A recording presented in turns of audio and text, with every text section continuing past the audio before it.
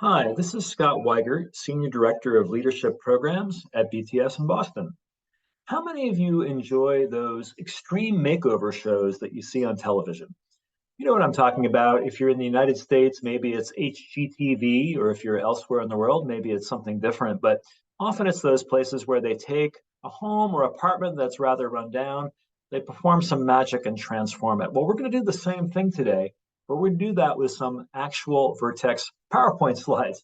So let's enjoy a few of these extreme makeovers. Let's look at our first one here. So we see on this one, it's rather bland. There's a different color for a header. There's just a lot of verbiage. It's rather generic. There's not too much there. And there's some information in that's helpful, but it's not terribly aesthetically appealing, and it makes us tune out a bit. So what we want to do is, if we do a little transformational magic here, this is what we might end up with the same content. So if you look at this version, we have our assumption there. We have a bit of a visual metaphor with the footprints going through the sand as we talk about our next steps, literally there. And then the right-hand side, we've broken down all that verbiage into just a few, three quick headers that we capture through this smart art graphic. So that's one thing we could do, is try to make it a bit more visual, find visual metaphors, and just cut to the headlines. Our rule is we should be able to look at a slide for about 10 seconds and go, yep, got it, makes sense, ready to focus my energy back to the presenter. All right, let's go to our second slide that's in need of an extreme makeover. And wow, this is a real eye chart, isn't it? So we see a patient engagement plan here on stakeholder management for what we're calling nonprofit X. We changed some of the details here to just redact anything that might be sensitive information.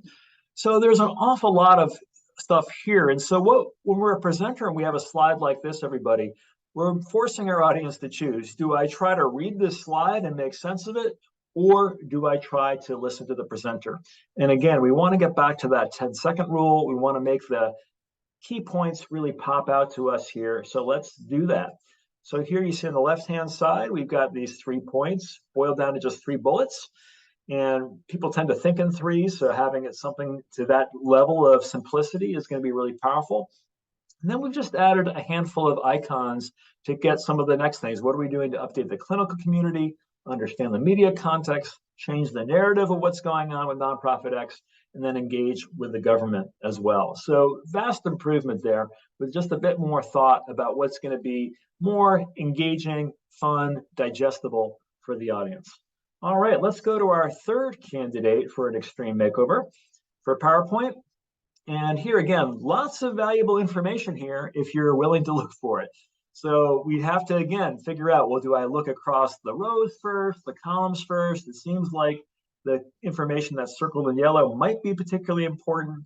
But again, we're spending a lot of time having to demystify the slide to get to the pivotal message here. So when we performed our extreme makeover magic, we ended up with something like this, much more visual. We still have a lot of information on it. And I would say if you had a slide with this much information, you might want to think of yourself as the weather reporter on television, where you really walk people through what everything here means. But at a very quick glance, we can see that we've got a couple of these elements where we've gone beyond the basic standards of compliance. We've some that have met. And then we can see a couple that are definitely falling short with business continuity, program structure, and metrics. So much more visual, much easier for an audience to make sense of in a hurry. Okay, let's look at another one here. And wow, again, a lot of information here. This is our corporate crisis management team. So we have all the members of the team here. And again, there's a lot of small fonts here. If we have this on a typical Zoom or Teams call, very hard for a lot of people to even read this material, hard to make sense of, a lot of fine print, and that's going to be difficult for people. And then where is my eye supposed to go? To the table at the top, the table at the bottom? When am I supposed to read the material on the right? So we created more of something that's a little easier to flow and follow.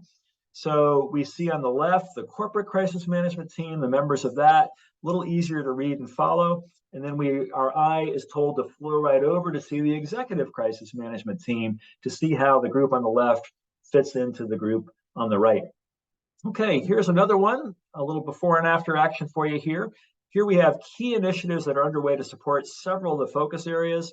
And my goodness, there's an awful lot of text to read through here. There's some research that says if there's more than 3 or 4 bullets on a slide, or more than, say, maybe 30 or 40 words at most, our audience just starts to sag and droop and feel like, wow, this is going to be quite a slog to get through reading all this content.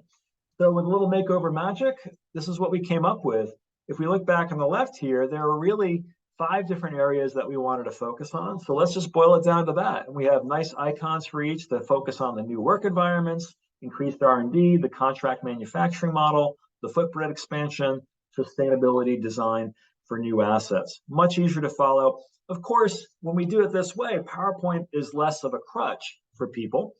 And it's more incumbent upon us and the presenter to be able to color in and add some more detail here, but it's going to be much more engaging for the audience. So just to wrap up, here's 6 of our key visual tips for you today. Our first one is don't bury the lead. Now, this comes from the world of journalism, where in journalism, it should be if someone reads the first sentence of your hard news story, somebody should say, okay, even if I read no more of this article, I would get the gist of what we're trying to accomplish here. So pretty quickly, in the header of your PowerPoint slide or in the 2 or 3 bullet points, we want to have it be very obvious what the message is supposed to be. Our second tip is less is more.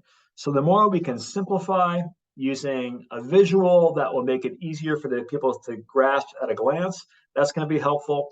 So sometimes in our desire to show how much we know, we add more and more information, and it ends up not creating more clarity, but more confusion sometimes. Our next tip is to know your audience.